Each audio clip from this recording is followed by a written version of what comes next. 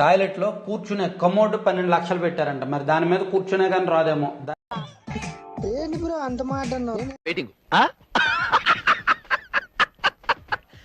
దాని మీద కూర్చొని పక్క నుంచి సముద్రం సౌండ్ వినాలి, బీచ్ సౌండ్ వినాలి, ఎందుకంటే అది బీచ్ వైపు ఉందంట.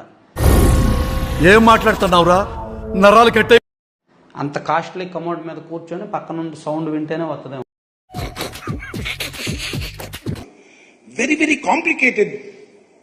ఏది ఈ పోలవరం ప్రాజెక్ట్ అనేది వెరీ వెరీ కాంప్లికేటెడ్. అంత తేలిగ్గా అర్థం కాదు. ఏంటి అంత అర్థం కాదని గట్టిగా చెబుతున్నారంటే నాకు అర్థం కాలేదు కాబట్టి ఇది రియలైజేషన్.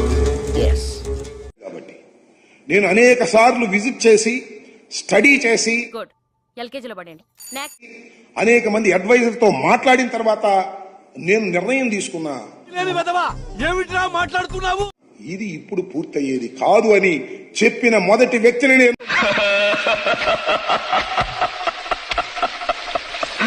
డయాఫ్రమ్ వాల్ వరకే మనం మాట్లాడదాం. నది ఇది కదా,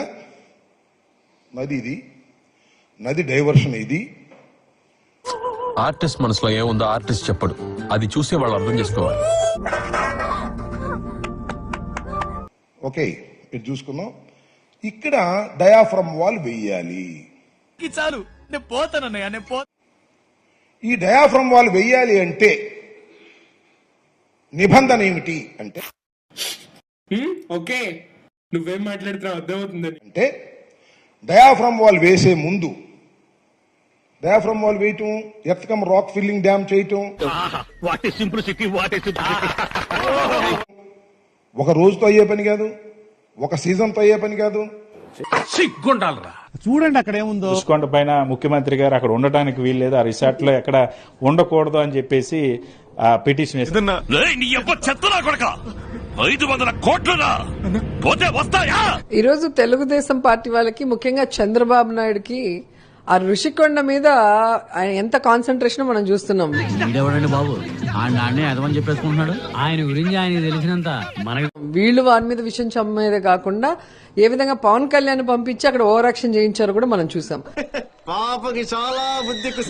ఈ రోజు జగన్మోహన్ రెడ్డి గారు పరిపాలనా రాజధానిగా వైజాగ్ ని అనౌన్స్ చేసిన రోజు నుంచి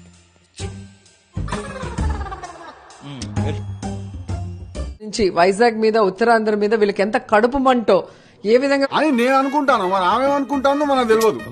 ఈ రోజు తారాస్థాయికి వెళ్ళిపోయారు. అసలు సుప్రీంకోర్టుకి వెళ్లి జగన్మోహన్ రెడ్డి గారు ఆడ ఉండకూడదు అని పిటిషన్ వేస్తే, ఏం మాట్లాడుతున్నావు నువ్వు తుపుక్కను ఉంచి దాన్ని డిస్మిస్ చేశారు. అంటే అలాగే ప్రజలందరికీ కూడా ముఖ్యమంత్రిని కలవటానికి అనువైన ప్లేస్ ఉండాలి. సో అడగండి, ఫీల్ అవ్వకూడదు, అడగండి, మనసులో పెట్టుకోకూడదు, అడగండి సార్, మీకు కొంచెం నోటితో. ఈ రోజు కమిటీ నిర్ణయం తీసుకున్నప్పుడు ఖచ్చితంగా జగన్మోహన్ రెడ్డి గారు అక్కడ ఉంటారు. మాట్లాడండి. With your prayers and support, we are winning our campaign.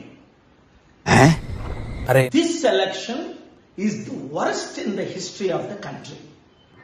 పైగా మనం గెలిచిన ఆనందంలో ఉన్నాం, వాళ్ళు ఓడిన బాధతో ఉన్నారు. ఈ తృప్తినైనా వాళ్ళకు మిగులుద్దాం. All political parties to join with me to boycott the election before the democracy is dead.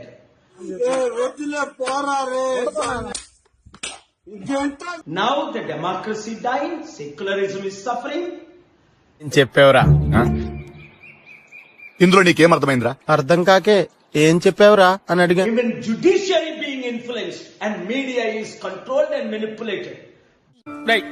ఏంటిది? నేనున్నాను రా, ఏంటిది చిన్నపిల్లల ఏడుస్తా? చూడటం కాదండి, మీరు చెయ్యాలంతే.